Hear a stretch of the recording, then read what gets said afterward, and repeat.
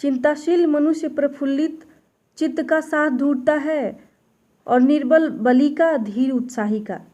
पहले वीडियो में हमने यही तक पढ़ा था, इसका अर्थ भी हम दोबारा समझा दे रहे हैं। लेखक कहते हैं कि जो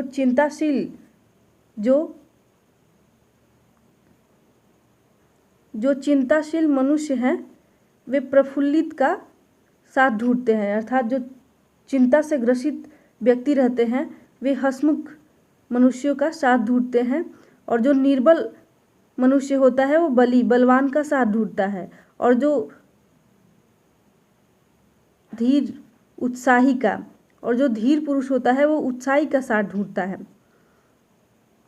और आगे लेखक लिखते हैं कि उच्च आकांक्षा वाला चंद्रगुप्त युक्ति और उपाय के लिए चाणक्य का मुंह ताकता था। उच्च आकांक्षा वाला चंद्रगुप्त, जो चंद्रगुप्त हैं वो बहुत बलवान थे, किंतु उपाय के लिए, नीति उपाय के लिए वे अपने चाणक्य मंत्री के मुंह ताकते थे। और आगे वे लिखते हैं कि नीति विशारद अकबर मन बहलाने के लिए बीरबल की ओर देखता था, और जो नीति में सर्वगुण संपन्न अकबर था वो मन बहलाने के लिए बीरबल की ओर देखता था। मित्र का कर्तव्य इस प्रकार बताया गया है। उच्च और महान कार्य में इस प्रकार सहायता देना, मन बढ़ाना और साहस दिलाना कि तुम अपनी निज की सामर्थ्य से बाहर काम कर जाओ। लेखक यहाँ पर मित्र के कर्तव्य के विषय में बताता है और कहता है कि मित्र का कर्तव्य इस प्रकार बताया गया है। उच्च और महान कार्य में इस प्रकार सहायता देना, मन बढ़ाना और साहस दिलाना कि तुम अपनी निज की सामर्थ्य से बाहर काम कर जाओ। लेखक का कर्तव्य यह होना चाहिए कि वह हमें साहस दे, हमें सहायता दे और कहे कि तुम अपने सामर्थ्य से अधिक कार्य कर जाओ। अर्थात लेखक यहाँ पर यह कहता है कि जो मित्र होता है उसे ऐसा होना चाहिए कि वे हमें इतना उत्साह भर दे, इतना उमंग भर दे कि हम जितना काम करने योग्य हो उससे अधिक कार्य कर जाए, और यह कर्तव्य उससे पूरा होगा जो दृढ़ चित्त और सत्य संकल्प का हो। इससे हमें ऐसे ही मित्रों की खोज में रहना चाहिए। और लेखक ये कहता है कि यह कर्तव्य उससे पूरा होगा जो दृढ़ चित्त और सत्य संकल्प का हो, कि मित्र का कर्तव्य उससे ही पूरा होगा जो दृढ़ चित्त अर्थात दृढ़ हृदय वाला व्यक्ति हो और सत्य का संकल्प वाला हो, जो सत्य को मानता हो। वही व्यक्ति मित्र के कर्तव्य को निभा सकता है, और इससे हमें ऐसे ही मित्रों की खोज में रहना चाहिए, और हमें सदैव ऐसे ही मित्रों की खोज में भी रहना चाहिए जिनमें हमसे अधिक आत्मबल हो। हमें उनका पल्ला उसी तरह पकड़ना चाहिए जिस तरह सुग्रीव ने राम का पल्ला पकड़ा था।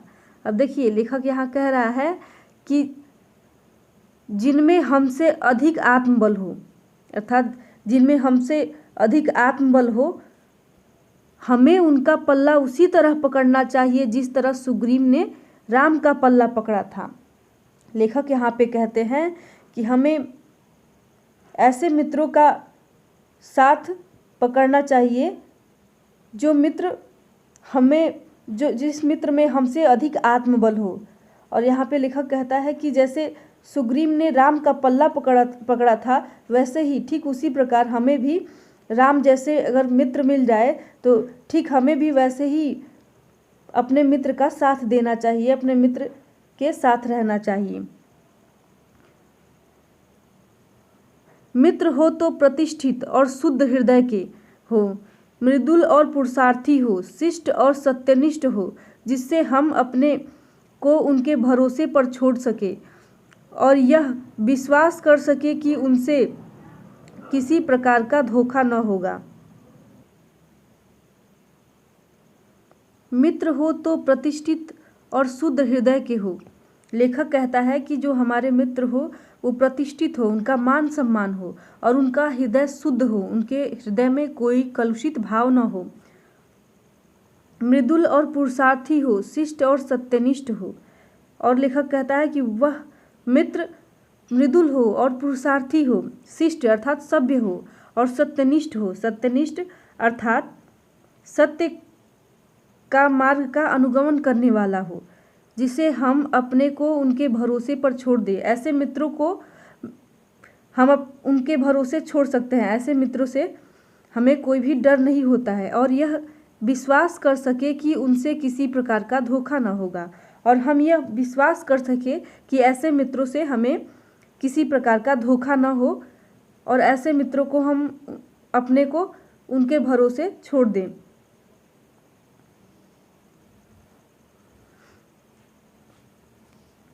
जो बात ऊपर मित्रों के संबंध में कही गई है वही जान पहचान वालों के संबंध में भी ठीक है।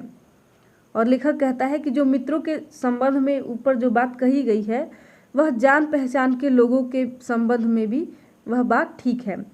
जान पहचान के लोग ऐसे हो जिनसे हम कुछ लाभ उठा सकते हों।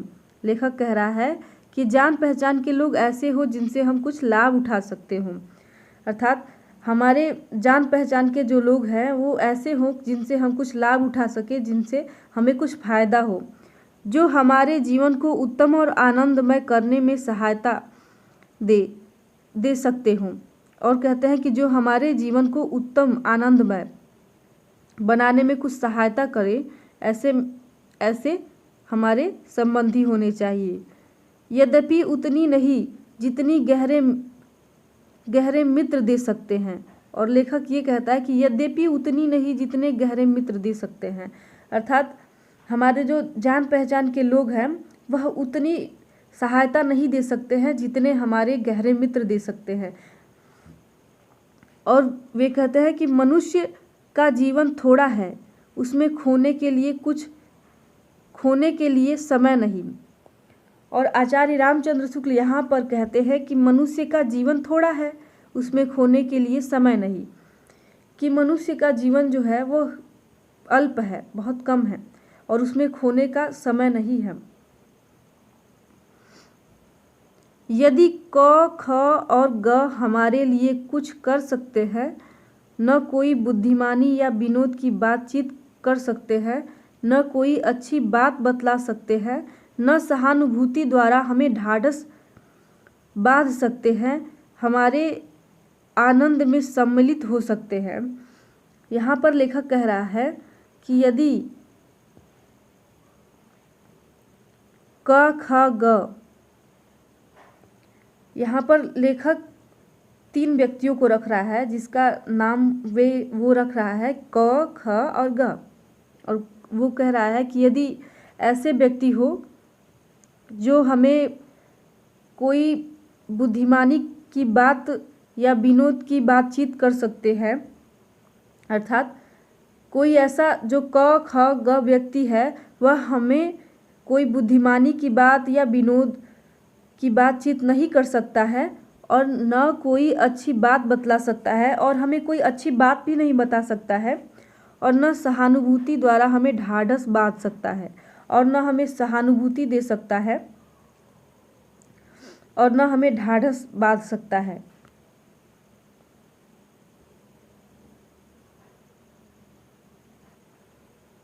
ढाढ़स अर्थात दिलासा।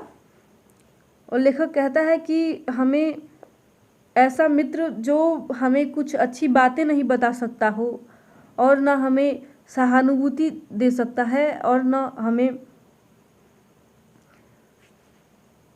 कोई अच्छी बातें बता सकता है, ऐसे व्यक्ति से हमें मित्रता नहीं करनी चाहिए। इसी के विषय में लेखक बता रहा है। और आगे वे कहता है कि हमारे आनंद में सम्मिलित हो सकते हैं, अर्थात न सहानुभूति द्वारा हमें ढाढ़स बांध सकते हैं, हमारे आनंद में सम्मिलित हो सकते हैं, न हमें कर्तव्य का ध्यान दिला सकते हैं। लेखक कहता है कि जो मित्र है, जो क, ख, ग मित्र हैं, वे हमें हमारे आनंद में सम्मिलित हो सकते हैं, अर्थात हमारे आनंद में वे सम्मिलित नहीं हो सकते हैं और न हमें कर्तव्य का ध्यान दिला सकते हैं, और न ही अगर हम अपने कर्तव्य से विमुख हो जाए तो ऐसे मित्र हमें अपने कर्तव्य का ध्यान नहीं दिला सकते हैं, तो ईश्वर हमें उनसे दूर ही रखे। तो ऐसे मित्रों से, ऐसे संबंधियों से ईश्वर हमें दूर ही रखे। हमें अपने चारों ओर जड़ मूर्तियाँ सजाना नहीं है। आजकल जान पहचान बढ़ाना कोई बड़ी बात नहीं है। लेखक कहता है कि हमें अपने चारों ओर ऐसे लोगों को रखना नहीं है, और फिर आगे कहता है कि आज के इस युग में जान पहचान के लोगों को बनाना, जान पहचान के लोगों को बढ़ाना कोई बड़ी बात नहीं है। और आगे कहता है कि कोई भी युवा पुरुष ऐसे अनेक युवा पुरुषों को पा सकता है जो उनके साथ थिएटर देखने जाए। अब देखिए लेखक यहाँ पे क्या कह रहा है कि कोई भी युवा पुरुष ऐसे अनेक युवा पुरुषों को पा सकता है जो उनके साथ थिएटर देखने जाए। अर्थात लेखक कह रहा है कि कोई भी युवा पुरुष ऐसे अनेक युवा पुरुषों को पा सकता है जो उनके साथ थिएटर देखने जाए, और नाच रंग में आएंगे, सैर सपाटे में जाएंगे, भोजन का निमंत्रण स्वीकार करेंगे। और लेखक कहता है कि नाच रंग में जाएंगे, नाच गाने में जाएंगे, और सैर सपाटे घूमने फिरने में जाएंगे, और भोजन का निमंत्रण स्वीकार करेंगे। और भोजन का निमंत्रण स्वीकार करेंगे, ऐसे लोगों से मिलना कोई बड़ी बात नहीं है, अर्थात ऐसे लोग बहुत आसानी से मिल जाते हैं। यदि ऐसे जान पहचान के लोगों से कुछ हानि न होगी तो लाभ भी नहीं होगा। और लेखक ये कहता है कि यदि ऐसे जान पहचान के लोगों से कुछ हानि नहीं होगी तो लाभ भी नहीं होगा, पर यदि हानि होगी तो बड़ी भारी होगी। और लेखक आगे कहता है कि यदि ऐसे लोगों से हानि होगी तो बड़ी भारी होगी। सोचो तो तुम्हारा जीवन कितना नष्ट होगा, और सोचो कि उनके साथ जो समय बिता रहे हो वह तुम्हारा समय कितना नष्ट होगा। यदि वे जान पहचान के लोग उन मनचले युवकों में से निकले जिनकी संख्या दुर्भाग्यवश आजकल बहुत बढ़ रही है। और लेखक यहाँ पर कहते हैं कि यदि जान पहचान के लोग उन मनचलों युवकों में से निकले जिनकी संख्या दुर्भाग्यवश बहुत बढ़ रही है। लेखक कहता है कि यदि जो हमारे जान पहचान के लोग हैं वे वैसे मनचले लोगों से जान पहचान हो जिनकी संख्या दुर्भाग्यवश आज के युग में बहुत बढ़ रही है। और आगे लेखक कहते हैं कि यदि उन सोहदों में से निकले जो अमीरों की बुराइयां और मूर्खताओं की नकल किया करते हैं, और यदि वे जान पहचान के लोग उन बेकार लोगों में से निकले जो अमीरों की बुराइयां करते हैं, जो अमीरों की बुराइयों में और मूर्खताओं की नकल किया करते हैं, जो लोग अमीरों की बुराइयां करते हैं और मूर्खताओं की नकल किया करते हैं। नकल अर्थात सिगरेट पीना, दारू पीना, ऐसे लोगों से दूर रहना चाहिए, यही बताते हैं।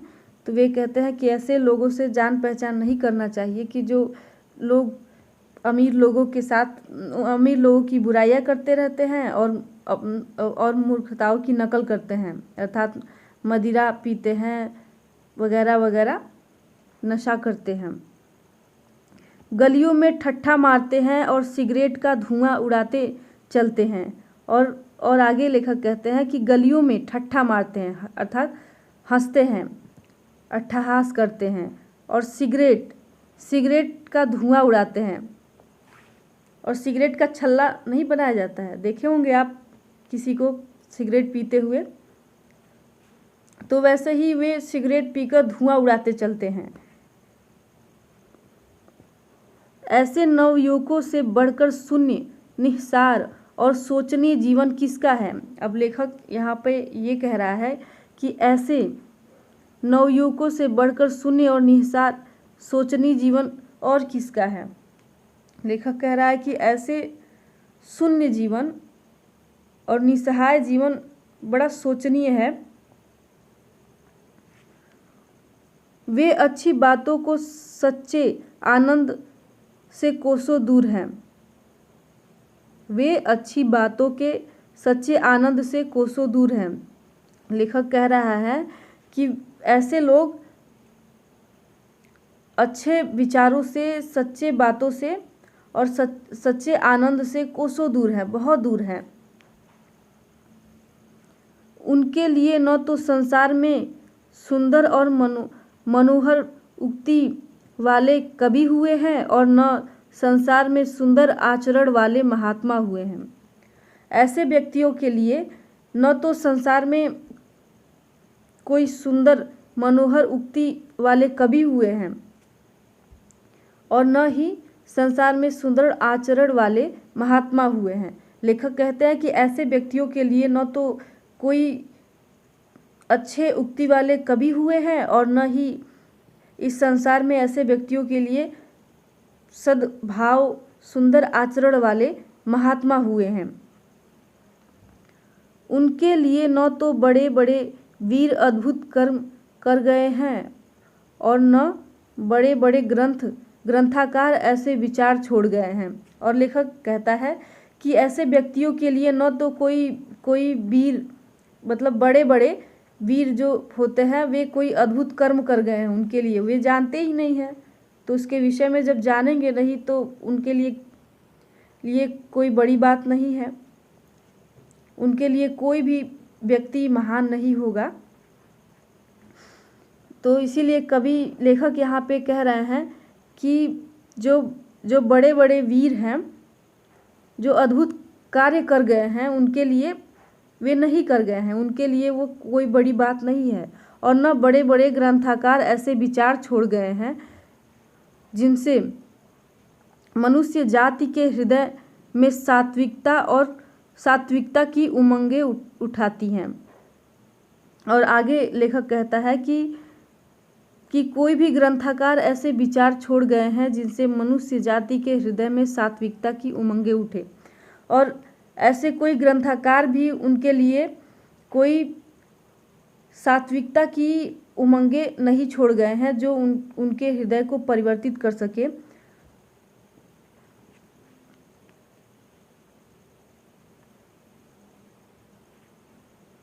और उनके हृदय में सात्विकता का भाव उठा सके। ऐसे व्यक्तियों के लिए कोई भी ग्रंथकार ऐसे विचार नहीं छोड़ गए हैं।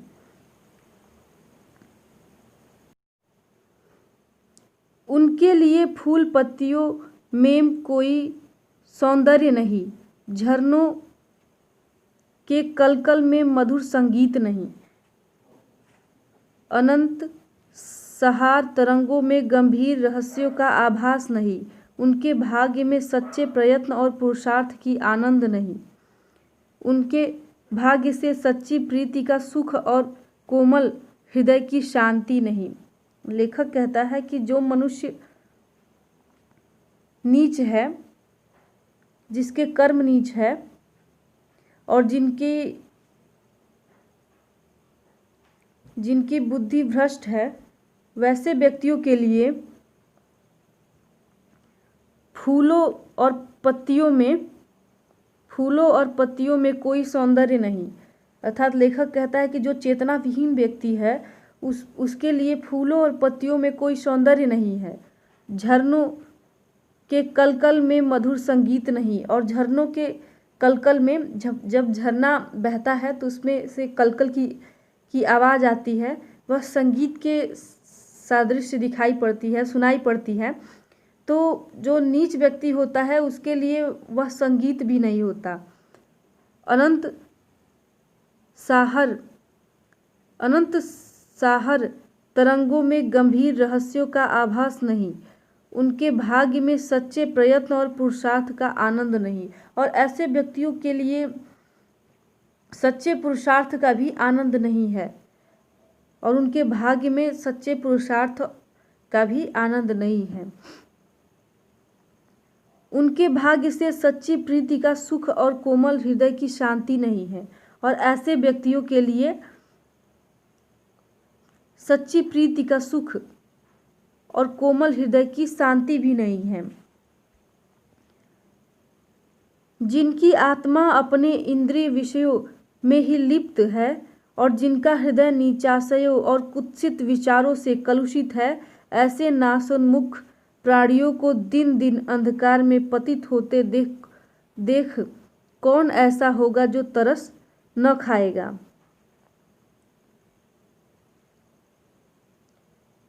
जिनकी आत्मा अपने इंद्रिय विषयों में ही लिप्त है। इस पंक्ति में लेखक जीवन के एक सत्य को उभारते हुए कहता है कि ऐसे व्यक्ति को कभी मित्र नहीं बनाना चाहिए जिनकी आत्मा सांसारिक विषय भोगों और बुरे विचारों में डूबा हुआ है।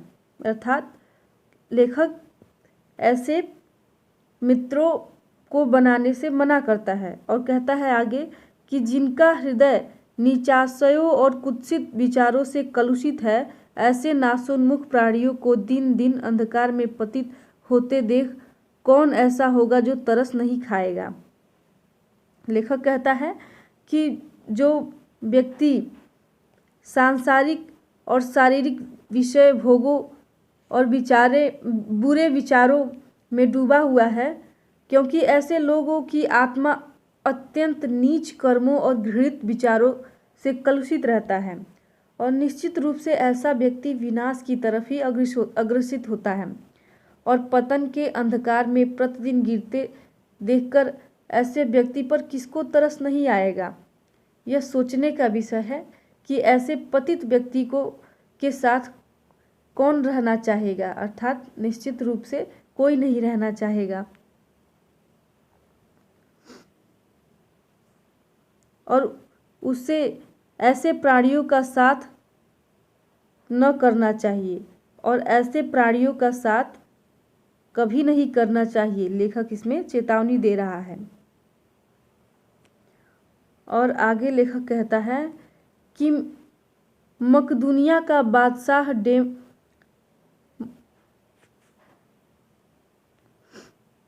डेमेट्रियस कभी कभी राज्य का सब काम छोड़कर अपने ही मेल के 10-5 साथियों को लेकर विषय वासना में लिप्त रहा करता था।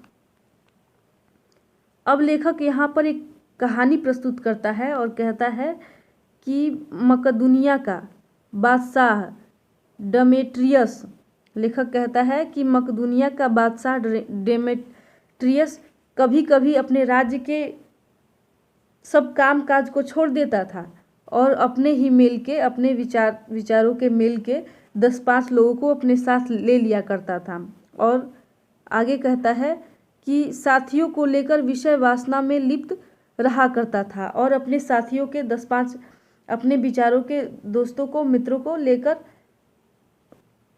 विषय वासनाओं में लिप्त रहा करता था और एक बीमारी का बहाना करके इस प्रकार वह अपने दिन काट रहा था। और वह बीमारी का बहाना करके अपने दिन काट रहा था।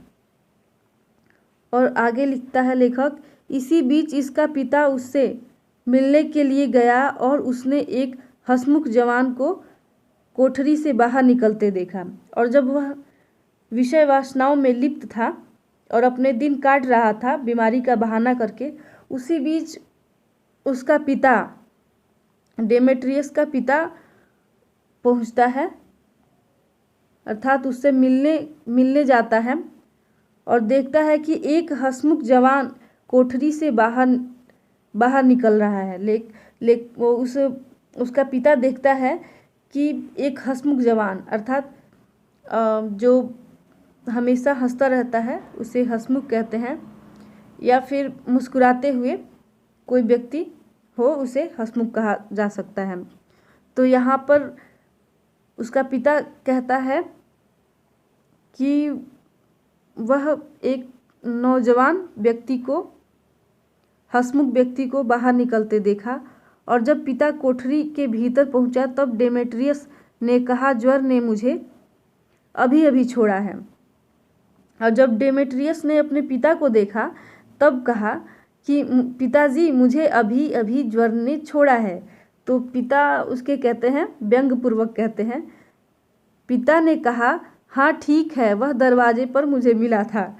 अब यहाँ डेमेट्रियस के पिता व्यंग के साथ कहते हैं कि हाँ ठीक है, वह दरवाजे पर मुझे मिला था, अर्थात वह ज्वर उसका मित्र था, वह हंसमुख जवान था, उसे उसके पिता ने ज्वर कहा।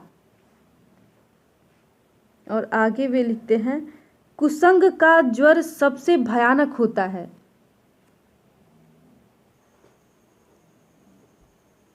आचार्य रामचंद्र शुक्ल जी कहते हैं कि कुसंग का ज्वर सबसे भयानक होता है। ज्वर अर्थात बुखार। शुक्ल जी कहते हैं कि बुरी संगति घातक बुखार के समान हानिकारक होती है। जिस तरह कोई व्यक्ति यदि भयानक ज्वर से ग्रसित हो तो वह ज्वर उसके शरीर और स्वास्थ्य को नष्ट कर देता है तथा कभी कभी प्राण भी ले लेता है, उसी प्रकार बुरी संगति हमारे नैतिकता, सदाचार, मन तथा बुद्धि को भी नष्ट कर देती है। और आगे लेखक कहता है कि यह केवल नीति और सद्वृत्ति का ही नाश नहीं करता बल्कि बुद्धि का भी क्षय करता है। लेखक कहता है कि यह केवल सद्वृत्ति का ही नाश नहीं करता बल्कि बुद्धि का भी क्षय करता है। लेखक कहता है कि यह केवल नीति और सद्वृत्ति का ही नाश नहीं करता बल्कि बुद्धि का भी क्षय करता है, अर्थात कुसंग का ज्वर हमारे केवल नीति और सद्वृत्ति का ही नाश नहीं करता है बल्कि हमारे बुद्धि का भी क्षय करता है, हमारी बुद्धि का भी पतन कर देता है। और आगे लेखक लिखता है, किसी युवा पुरुष की संगति यदि बुरी होगी तो वह उसके पैरों में बधी चक्की के समान होगी जो उसे दिन दिन अवनति की गड्ढे में गिराती जाएगी, और यदि अच्छी होगी तो वह सहारा देने वाली बाहु के समान होगी। लेखक यहाँ पे कहता है कि युवावस्था सर्वाधिक महत्वपूर्ण होती है और कुसंगति किसी युवा मनुष्य की सारी प्रगति को उसी तरह रोक लेती है जिस तरह पैरों में बंधा हुआ भारी पत्थर किसी व्यक्ति को आगे बढ़ने नहीं देता है, वरन वह प्रायः उसे गिरा देता है। और लेखक आगे लिखते हैं कि यदि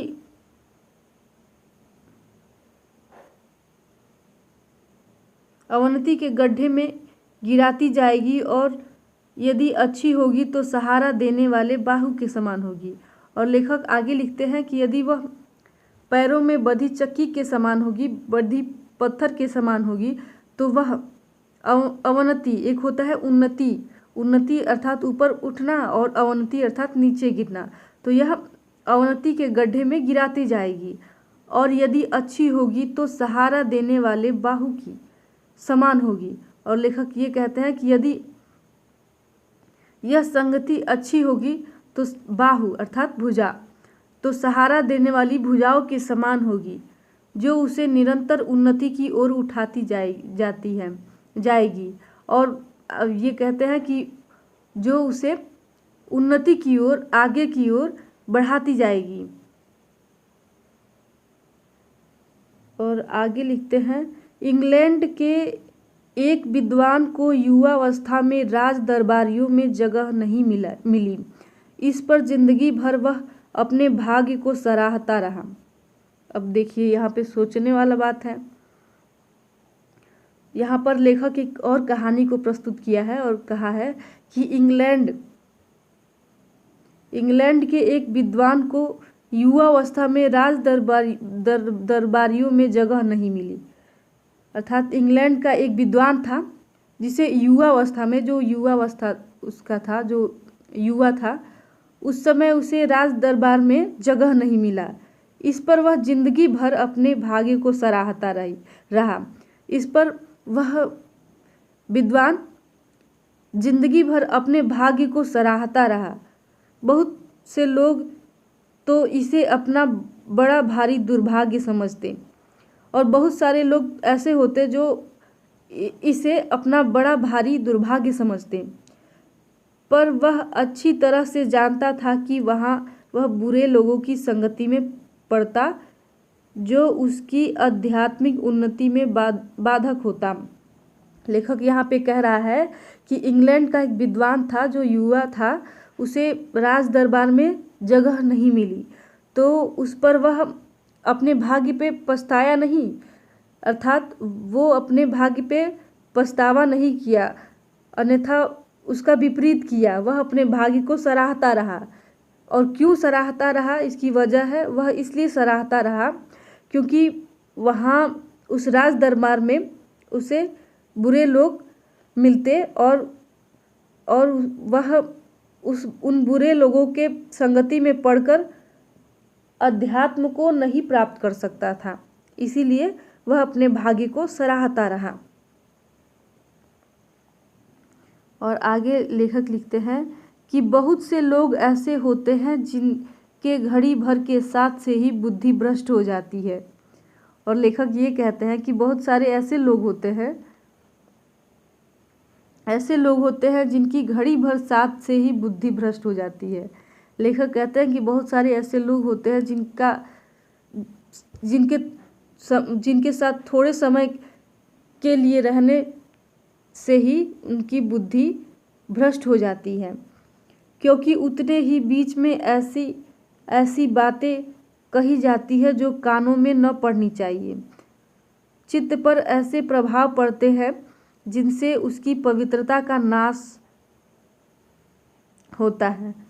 लेखक कहते हैं कि ऐसे लोग जिनसे हमारी घड़ी भर की मुलाकात से ही हमारी बुद्धि भ्रष्ट हो जाती है, क्योंकि वे उतने ही समय में ऐसे बातें कह जाते हैं जो हमारे कानों में नहीं पड़नी चाहिए, जो हमें नहीं सुनना चाहिए, और हमारे चित्त पर, हमारे हृदय पर ऐसे प्रभाव डाल देते हैं जिनसे हमारी पवित्रता का नाश हो जाता है। और आगे लेखक कहते हैं कि बुराई अटल भाव धारण करके बैठती है। बुरी बातें हमारी धारणा में बहुत दिनों तक टिकती है।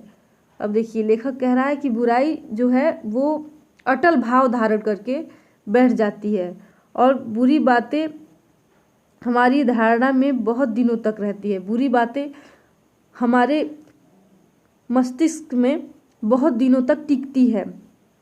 इस बात को प्रायः सभी लोग जानते हैं कि भद्दे व फूहड़ गीत जितनी जल्दी ध्यान पर चढ़ते हैं उतनी जल्दी कोई गंभीर या अच्छी बात नहीं।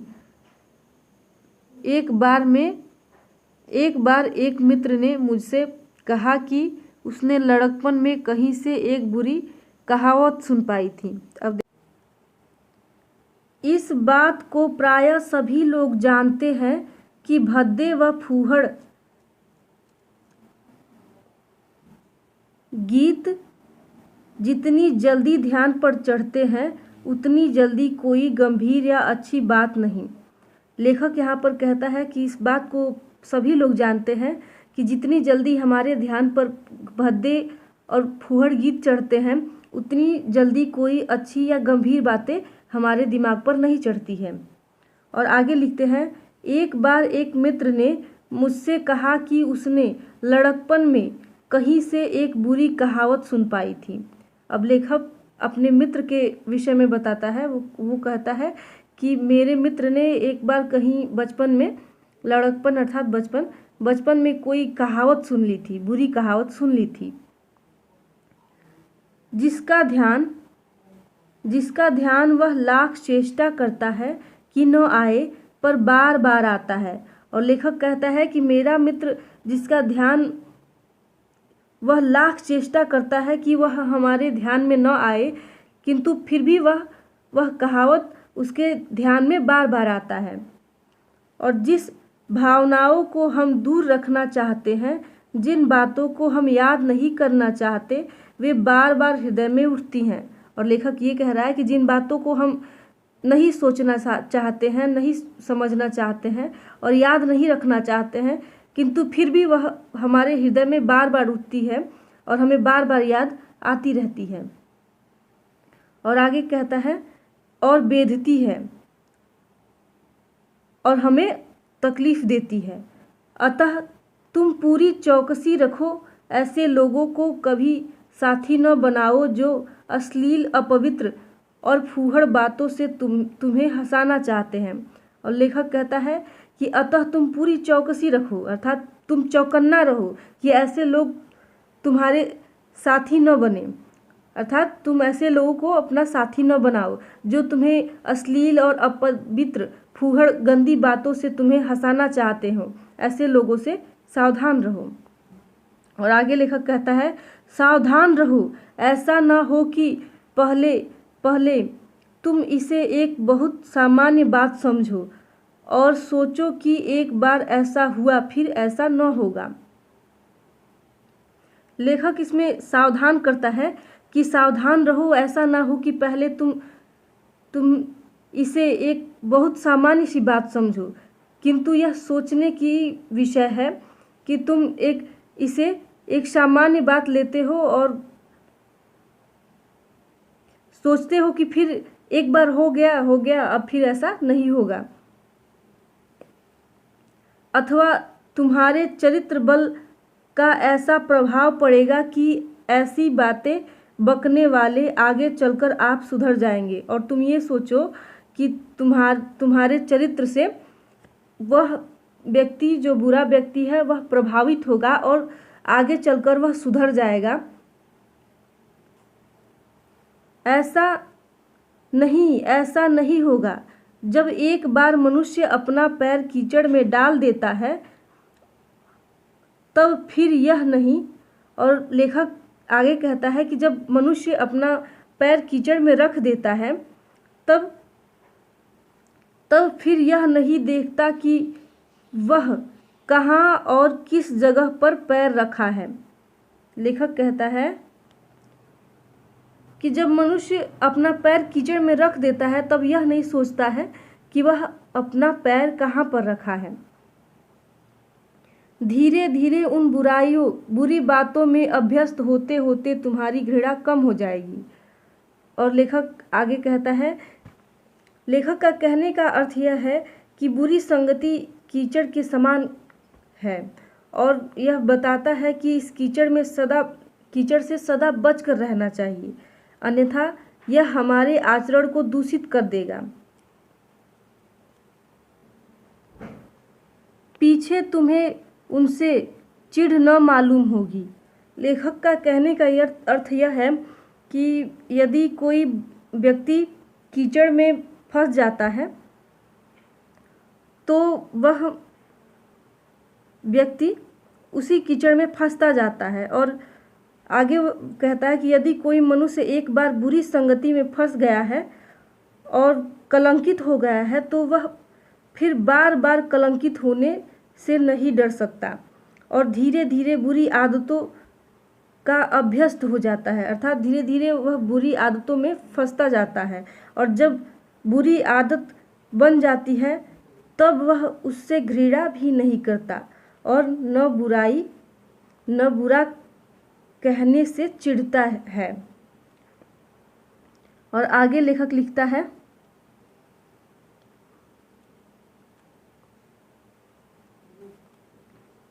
लेखक कहता है क्योंकि तुम यह सोचने लगोगे कि चिढ़ने की बात ही क्या है। और लेखक कहता है कि तुम यह सोचने लगो कि इसमें चिढ़ने वाली बात ही क्या है और तुम्हारा विवेक कुंठित हो जाएगा और तुम्हें भले बुरे की पहचान न रह जाएगी। अंत में होते होते तुम भी बुराई के भक्त हो जाओगे। और आगे लिखते हैं, अतः हृदय को उज्जवल और निष्कलंक रखने का सबसे अच्छा उपाय यही है कि बुरी संगति की छूट से बचो। लेखक के कहने का आशय यह है कि कुसंगति में पड़े हुए व्यक्ति का विवेक नष्ट हो जाता है और उसे भले बुरे की पहचान भी नहीं रह जाती। उसे बुराई ही भलाई दिखने लगती है और वह इतना गिर जाता है कि बुराई की पूजा भक्त की तरह करने लगता है। और इसीलिए यदि अपने हृदय और आचरण को निष्कलंक और उज्जवल बनाए रखना है तो बुरी संगति के छूत से बचना चाहिए। यहाँ पर लेखक बुरी संगति को छूत कहता है। और आगे लेखक कहता है यही पुरानी कहावत है कि एक पुरानी कहावत बताता है और लिखता है कि काजर की कोठरी में कैसो हो सयानो जाए और एक लीक काजर की लागी है पे लागी है। लेखक कहता है कि काजल की कोठरी में कितना ही सयाना व्यक्ति जाए, कितना ही बुद्धिमान व्यक्ति जाए, चतुर व्यक्ति जाए, लेकिन फिर भी कितना भी संभल के जाए, लेकिन फिर भी काजल की एक लीक, एक लाइन जरूर लग ही जाती है। इसीलिए लेखक कहता है कि बुरी संगति के छूत से बचिए, क्योंकि बुरी संगति में जब पड़ेंगे तो आपके ऊपर एक बदनामी जरूर लग जाएगी। दोस्तों, इस प्रकार मित्रता का भाग 2 भी समाप्त होता है। दोस्तों, वीडियो अच्छा लगा है तो वीडियो को लाइक करें और हमें कमेंट करके ज़रूर बताएं कि आपको यह वीडियो कैसा लगा, और अपने दोस्तों से ज़्यादा शेयर करें ताकि वे भी इसका लाभ उठा सकें। दोस्तों, फिर मिलेंगे एक नए वीडियो के साथ। तब तक के लिए हमें दीजिए इजाज़त। नमस्कार।